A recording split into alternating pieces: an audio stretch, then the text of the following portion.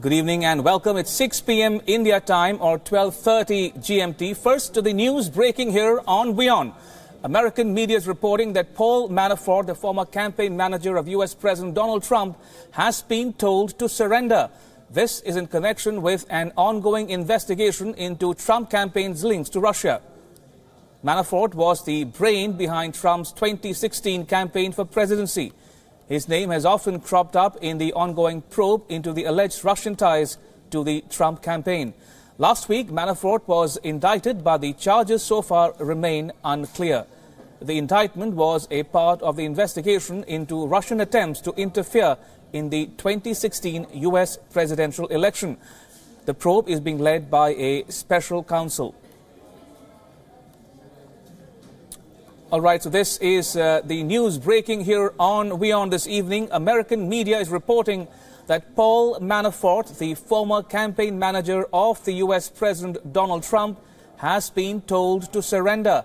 This is in connection with an ongoing investigation into the Trump campaign's links to Russia.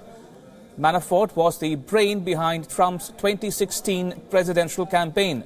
His name has often cropped up in the ongoing probe into the alleged Russian ties to the Trump campaign. Last week, Manafort was indicted, but the charges so far remain unclear.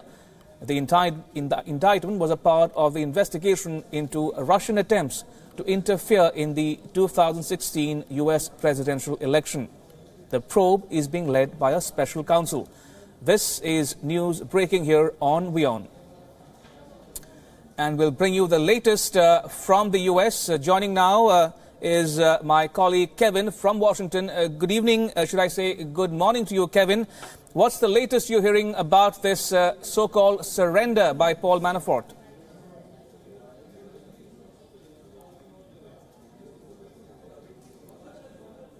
Where we saw Trump's former campaign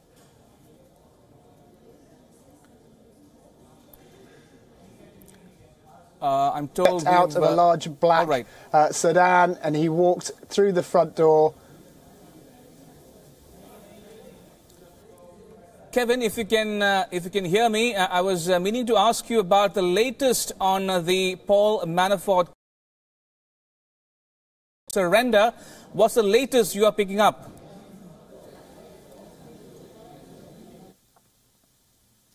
Yes, that's right. Paul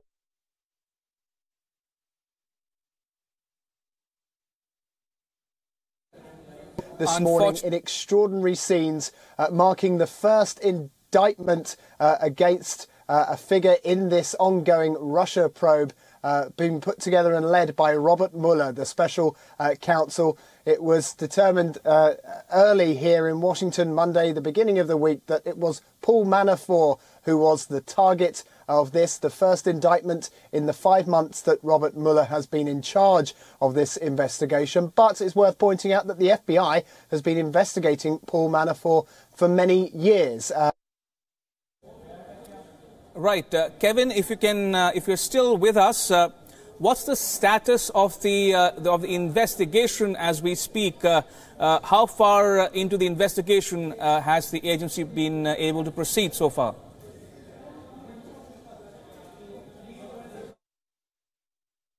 We are 5 months into Robert Mueller at the helm of this investigation. Typically, you won't see a first indictment until 17 months into an investigation of this magnitude. So we are still very much at the beginning of things. There could be further indictments along the road, and this may not even shed any light on exactly the direction that this investigation is heading. But what we do know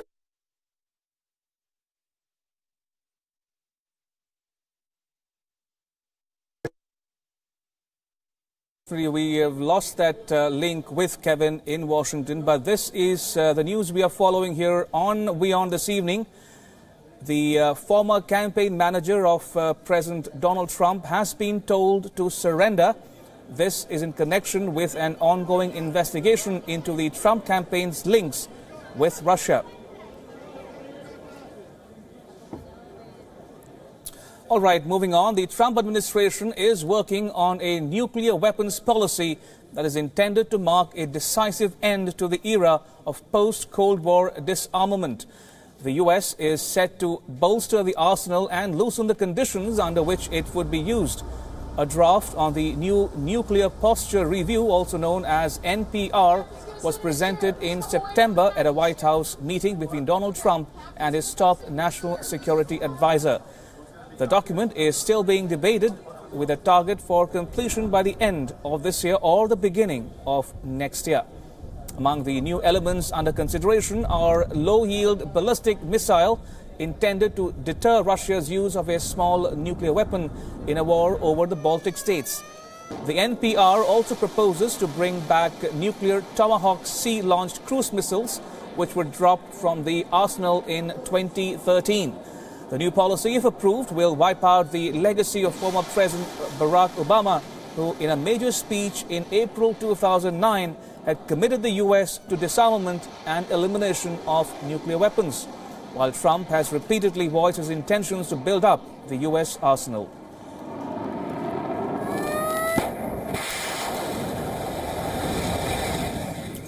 According to reports, Taliban terrorists get 60% of their income from opium and heroin trade in Afghanistan, and the illegal trade is only on the rise. This could spell more trouble for Afghanistan government that is trying to fight the Taliban for years now. The US and Afghan officials are worried about the construction of drug labs all over the country that refine opium into heroin or morphine. The refining makes the drug much easier to smuggle out to the West. Officials estimate that last year there were 400 to 500 labs in the country, mostly in Taliban-controlled areas, and it is vastly increasing the profits for the terror group. The Taliban now controls approximately 40% of the territory in Afghanistan, which is nearly one-third of the total population.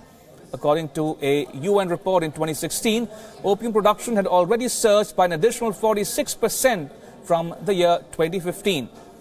According to the US State Department, the demand for Afghanistan's opium is high in Europe and North America, 90% of the heroin in Canada, and about 85% in the UK can be traced to Afghanistan. All right, Bahrain's foreign minister has said he will not attend the upcoming Gulf Cooperation Council or GCC summit if Qatar does not change its stand.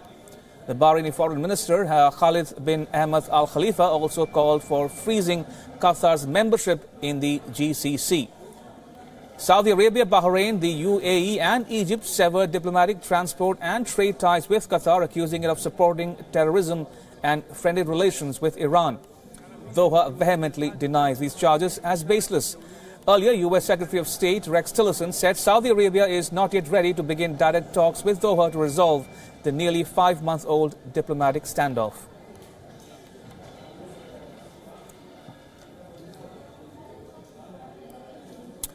And staying in the region amidst the Kurdish crisis, Iraqi Kurdish leader Masoud Barzani has decided to step down. In a televised address on Sunday, which was his first since the Iraqi forces launched an offensive to recapture the Kurdish-held territories, Barzani said he would not extend his presidential term after the 1st of November under any conditions. رفراندومیان کردووە بە بەهانە کە ئەنفالکراین، کیمیابارانکراین، کۆمەڵکوژکراین. هەر چەند ماوەیەک پێش ئێستا ئێزیدیەکان کە کۆمەڵکوژکران نانبڕکرا ئەم گەلە ئایا ئەو وەختە کەس باسی ڕەفراندومی کردبوو؟ Barzani's address followed a letter he sent to Parliament in which he asked members to take measures to fill the resulting power vacuum. A majority of 70 Kurdish MPs voted to accept Barzani's request and 23 opposed it. There was high drama at the Kurdish Parliament on Sunday as it met to approve the leader's resignation. Armed protesters stormed the Parliament building as the session was in progress, while some MPs were barricaded in their offices. Gunshots were heard and some demonstrators warned to punish the MPs, who they said had insulted Barzani. Some attacked journalists at the scene.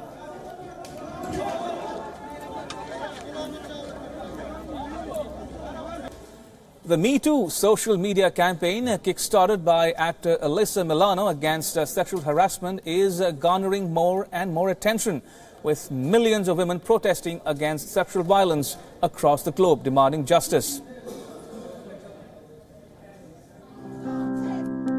Hundreds of women gathered in Place de la République in central Paris, united in their plea to end sexual harassment. And their demand is simple. They want men to join them in their quest for justice. Yeah, we're here today because we have to be out of the social medias and get back in real life, because some women don't have the strength to assume alone those aggressions that they had, so they really need to be together, because together we're stronger, right? The protesters converged as social media campaign Me Too gains momentum, with millions posting personal abuse stories on various social media platforms. Even French actor Léa Seydoux has also shared her experiences related to sexual assault under the same hashtag. The downfall of Hollywood mogul Harvey Weinstein has given courage to women to come out and share their traumatic experiences. The demonstration in Paris highlights the all-pervasive nature of the crime, with participants including 3 generations of women in a family who had all been victims of abuse at one time or another, including 88-year-old Vivienne Roos. I'm thinking about all those generations, and it has to stop, because we are not objects. British Prime Minister Theresa May has also lent her voice to the Me Too campaign. And amidst the nationwide protest, the French government is currently holding consultations about a law that will include steps to fight sexual harassment on the streets and limit the statute of limitation that lets rapists escape prosecution. Bureau Report, WION.